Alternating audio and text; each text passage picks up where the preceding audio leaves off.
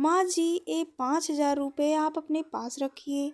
यह बोलते हुए बहू ने सास को 5,000 रुपये दिए और बहू अपने ऑफिस के लिए निकल गई। सास का एकदम से गला भर आया।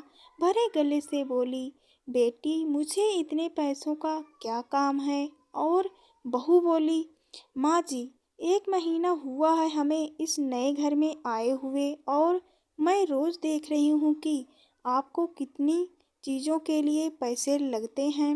आप सब्जी लेती हो, फल लेती हो, काम वाली भी कभी कभी आपसे पैसे मांगती है। आप रोज सामने वाले गार्डन में घूमने जाती हो और आपका कुछ खाने का मन हुआ या कुछ खरीदने का मन हुआ तो आप ये 5,000 रुपये अपने पास रखिए, जिससे आप खरीद सकती हैं। सास चेहरे पर मुस्कुराहट लाते हुए बोली, पेंशन के पैसे रहते हैं मेरे पास। इस पर बहू बोली, माँ जी, आप गार्डन में जाती हैं, वहाँ आप फ्रेंड्स बनाइए, कभी मन हुआ तो पिक्चर देखने जाइए, पार्टी दो, पार्टी करो, अपनी ज़िंदगी को खुलकर जियो माँ जी। इन्होंने मुझे बताया है कि आपने बहुत मुश्किलें उठाते हुए इस घर को संभाला है। बड़े भैया अपने घर में खुश हैं, दीदी अपने ससुराल में खुश हैं, हम भी खुश हैं।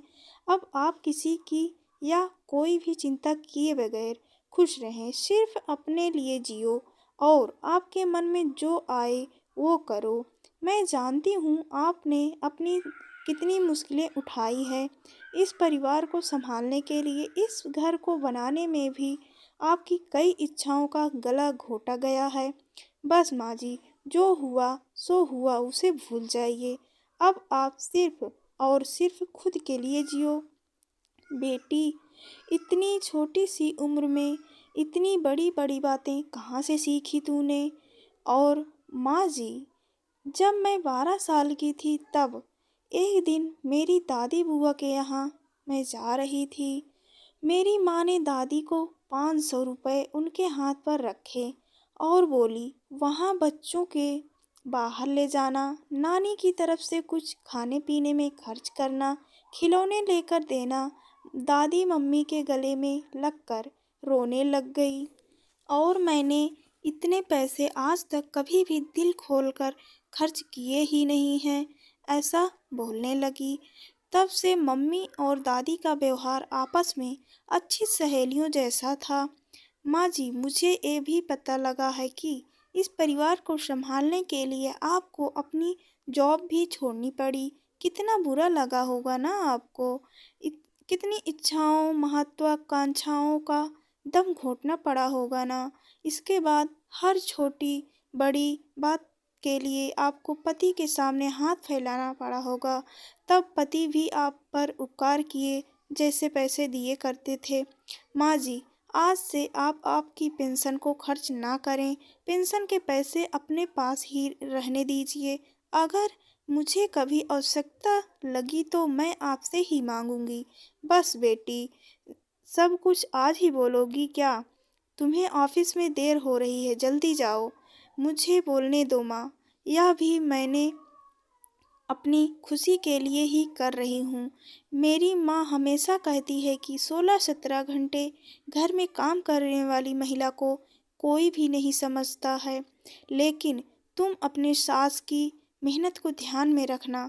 प्यार बोओगी तो प्यार ही उगेगा। सास ने डबडबाई आँख से बहू को गले लगाया और आँखों से ओझल ना हो तब तक दरवाजे पर खड़ी रही।